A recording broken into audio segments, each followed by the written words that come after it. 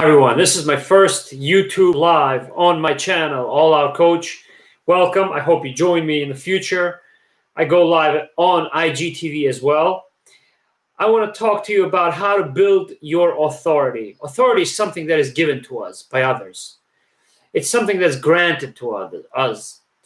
Ultimately, it is translated as success as well.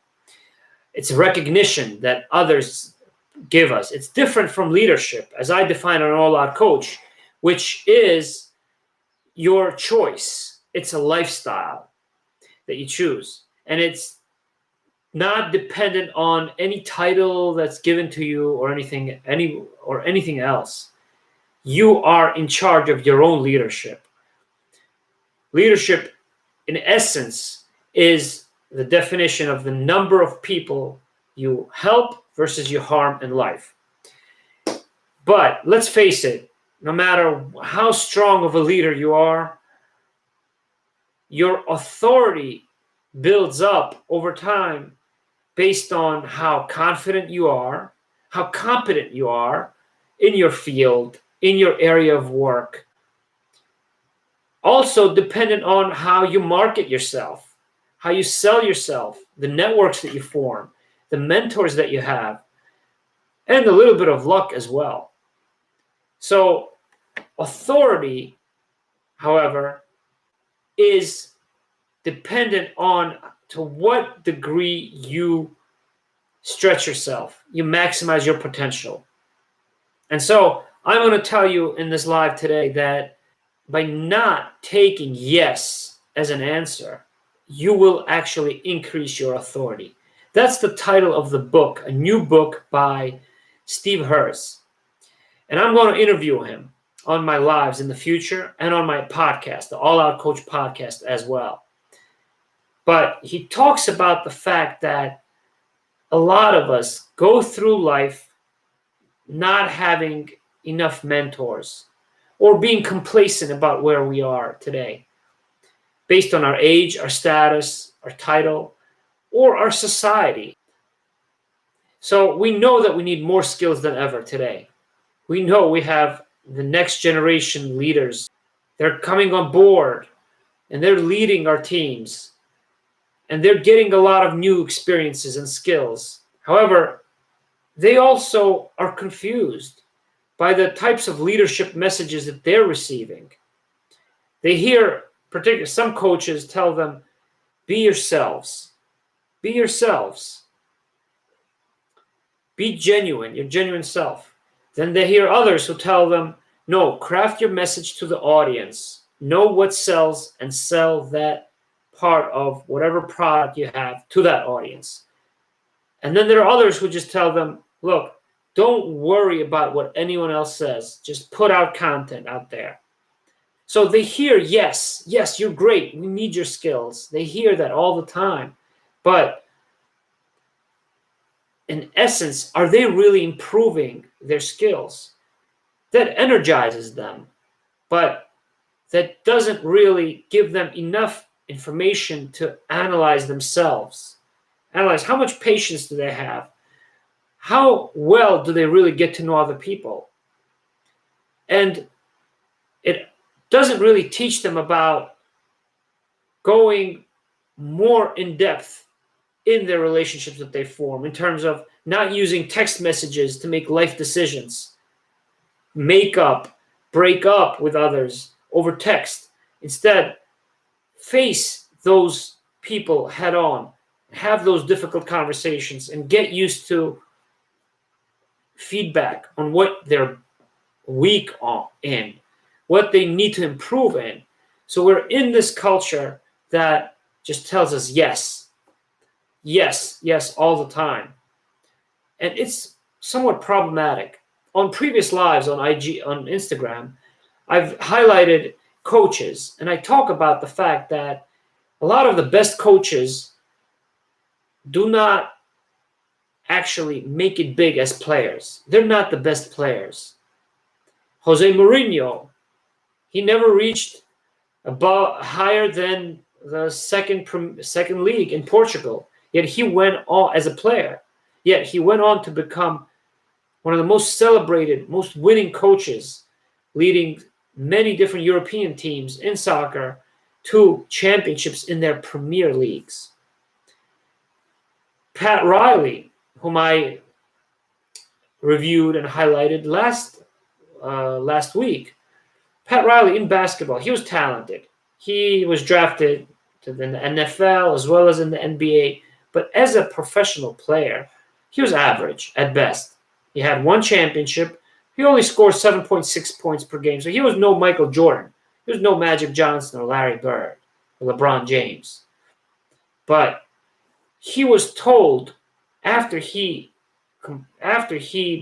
completed his career as a player, and when he was really depressed, he reflected on himself and he decided he wanted to become a coach. So he volunteered himself.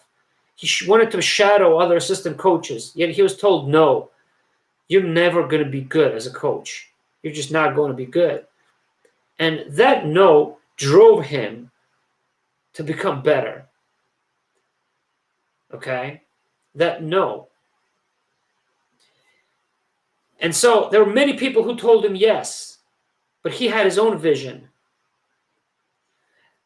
All right? And what happened with these coaches is that they proved themselves through their character, through constantly being students, not just coaches, but also students. And by simply focusing their efforts, their work on other people's benefit. And so Steve Herz, in his book, Do Not Take Yes for an Answer, provides many different telling examples and stories. He talks about Tom Coughlin, who was a head coach in the NFL of the New York Giants. Tom Coughlin, in the early 2000s, was an authority. He had that authoritarian title, being the coach of the New York Giants. And he simply did not know how to connect with his players. So building an authority is important in our success, but it's not enough. It requires something else. And Steve Herz talks about that something else that Tom Coughlin was missing early in the 2000s. So his team, his players, felt like he saw jerseys. He saw the jersey numbers, not people, when he talked to them. And it got so bad that they got together as a team at one point, and they talked to him and they said, Tom, you have to stop. We can't handle this anymore. You're too negative, and I just don't think you like us. You hate us. The team, the organization was very close to firing him. But Tom Coughlin underwent an important transformation as a leader, as a coach, as an authority. He went home, his grandchildren, his children, they told him, Tom, you need to change. Everyone hates you. Your players hate you. He had one player, Tom Coughlin, on his team, who also confided in him and told him, look, I've seen you with your grandchildren, with your children, with your family. And you have much more to offer to us than you give us. Why don't you show us some of those emotions that you have? And what he did was he took his grandkids along to his next game and his practices with the team. And he turned around completely. He was able to connect with his team. And so emotions, okay, energy are those things that are missing from people who are just authorities in that role, because without that warmth, without that energy, without the generosity and the empathy, all that remains, as Steve Herz mentions, is authoritarianism. And so, yes, it's clearly important to add energy, add emotions to your authority, to that title that you're given, as you build up that status over time. And so, inflection of your voice, starting to think about how do you vary the cadence, the speed, the pace, the rhythm of your delivery. These are all important in terms of your authority and how you communicate who it is that you are. So some people learn how to do that, but they need to be told by others. I recently interviewed Jerry Acuff on my podcast, on my Alloutcoach podcast. Jerry Acuff is a celebrated coach, one of the most prominent, renowned sales executives and coaches in the pharmaceutical industry where I work. He's an award-winning leader, also an athlete, by the way. And what he told me was that people are simply in a shortage of mentors. They don't know how to ask for mentors. And because they are often always told, yes, you did a great job. Yes, they're told yes all the time. They never develop their self-awareness. And they plateau over time. They don't grow to the likes of the kinds of reporters and personalities, successes and authorities that Steve Herz was able to hire as a president of Montag, his talent management group. The likes of Bob Costas or Mike Tirico and many others. Broadcasters on TV, national TV. Those charged and tasked with such prominent roles as hosting the Olympics in the United States on TV. And so the way I talk about leadership and authority on Alloutcoach is very simple. It takes two stages of leadership. The leadership foundation, which consists of our personality, the person that we are, the intent that we have, and the message that we deliver or that we communicate, all of which, the three of which, all have to be consistent. And that takes many years for many people. And then there is that cycle, the transformation from leadership foundation to your leadership recognition, that authority that you're granted by others. That leadership recognition consists of two factors on Alloutcoach, which are delivery and following, the following that you have.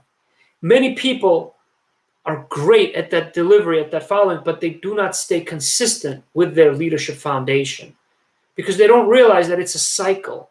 It's a constant, it's a circle. You always have to be consistent with who you are as a person, to differentiate yourself, to become that success, not to plateau, to avoid being mediocre. So with those thoughts, stay tuned for a next live on YouTube, on Instagram. Follow Alloutcoach and my podcast as well. I'm going to be interviewing Steve Herz very soon. He has many stories. He has tons of stories to tell. Have a great week ahead, my friends. Make sure to subscribe to Alloutcoach and share.